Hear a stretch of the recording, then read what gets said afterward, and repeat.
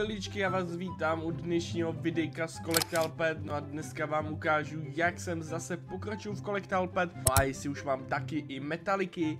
No já už nebudu kecávat a pojďme se na to společně podívat.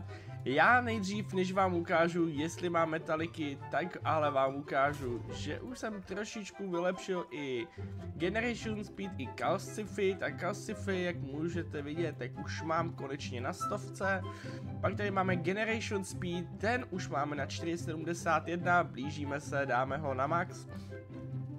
A už tady máme i koupený tyhle vajíčka, takže už máme tady Generation, pak už jenom schází v mineu koupit poslední vajíčko, což je Ascended, takže to zatím nám schází mine. Pak tady máme laborku, a už to máme taky trošičku vylepšený, tady taky jo, máme tady vlastně nový ten slot na tu laborku, takže můžeme vylepšovat další vylepšení a máme jednu lahvičku, tak bychom tu jednu lahvičku někam mohli dát.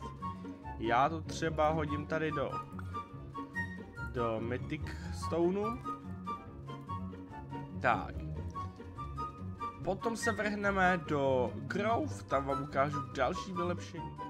No a tady máme Metallic Luck máme na 64%. Já vám to ukážu ještě ve statech, takže máme šanci 1:52,083 a v dynamiku to máme 1:49,603. Takže myslím si, že dobrý. Dynamik tak je vlastně laborka. Vlastně kdybyste chtěli říct, jakou mám bez laborky šanci, tak je to ten permanent. Takže jo, já si myslím, že docela dobrý na ten progres, co jsem udělal v Collectal Pet. No a dneska a teďkon vám ukážu můj konečně tým, jestli už máme metaliky a jaký mám vlastně tým. Takže tohle je můj oficiální tým. Mám tady už 4 obsidiány, takže už mi může padnout Titan Metallic.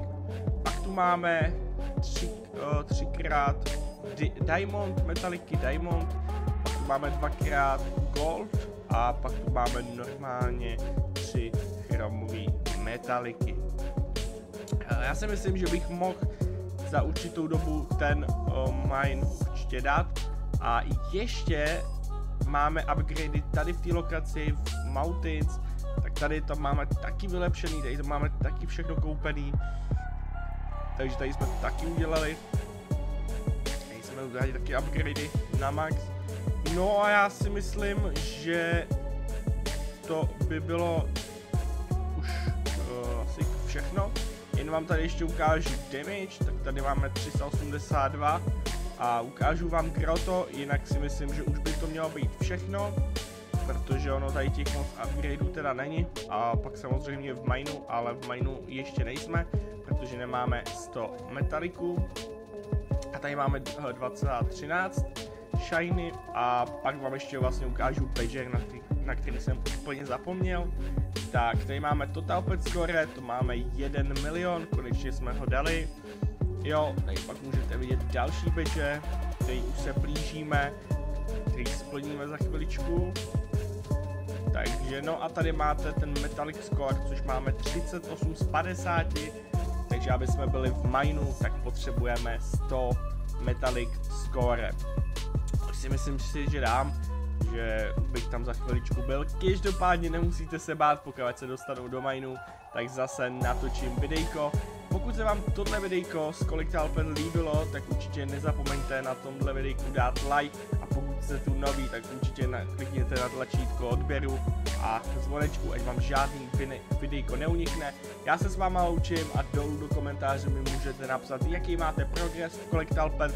Pokud byste se mě chtěli přidat, neváhejte, přidejte si mě, ale počítejte s tím, že já vám to úplně nepřijmu, protože už mám dost docela friendů a jsem na private serveru, takže se na mě nepřipojíte.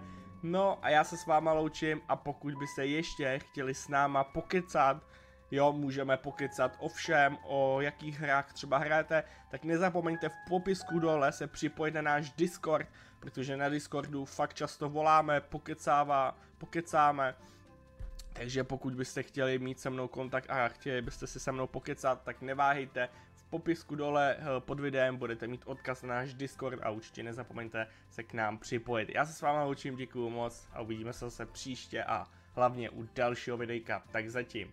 Čau, čau, čau.